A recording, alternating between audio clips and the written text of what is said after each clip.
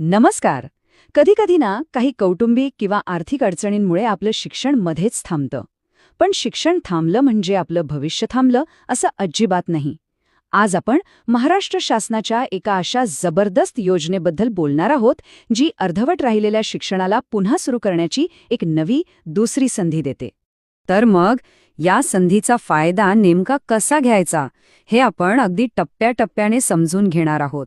आपण बघूया की ही दुसरी संधी का महत्वाची आहे, हा फॉर्म 17 म्हणजे नेमकं काय प्रकरण आहे, यासाठी कोण अर्ज करू शकतं, अर्ज कसा करायचा आणि हो, ही आपल्यासाठी एक सुवर्ण संधी कशी ठरू शकते. चला तर मग सुरुवात करूया. आयुष्यात अनेकदा अशी वळणं येतात की आपलं शिक्षण मागे पडतं. पण याचा अर्थ असा नाही की आपलं स्वप्न पूर्ण करण्याची संधीच निघून गेली. अजिबात नाही. अनेकांना हा प्रश्न नक्कीच आपल्यासा वाटेल, कारण काहीही असो, मग ती कौटुंबिक जबाबदारी असेल किंवा आर्थिक अडचण, जर शिक्षण अर्धवट राहिलं असेल तर एक गोष्ट लक्षात ठेवा, ही परिस्थिती नक्कीच बदलता येते. आणि हेच तर महत्वाचं आहे. शिक्षण थांबलं म्हणजे सगळं काही थांबलं असं होत नाही.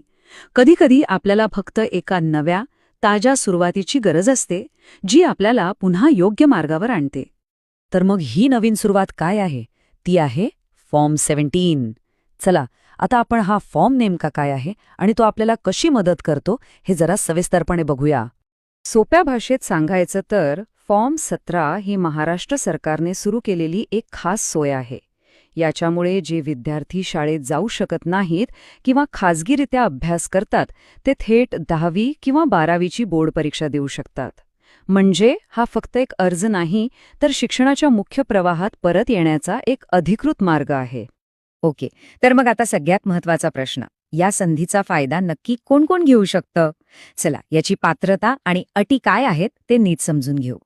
ज्यांनी कोणत्या ना कोणत्या कारणाने शाळा सोडली आहे, जे विद्यार्थी पूर्वी परीक्षेत पास होऊ शकले नाहीत किंवा ज्यांचं शिक्षण अर्धवट राहिलं आहे, ते सगळे यासाठी अर्ज करू शकतात.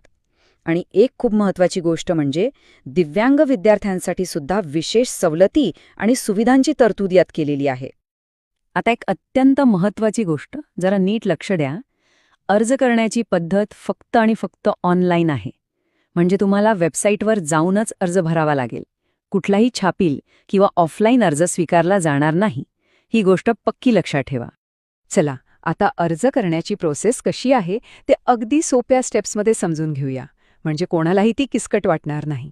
ही प्रक्रिया खूपच सोपी आहे. सगळ्यात आधी बोर्डाच्या अधिकृत वेबसाईटवर जायचं. तिथे दिलेला अर्ज व्यवस्थित, काळजीपूर्वक भरायचा. त्यानंतर जी काही आवश्यक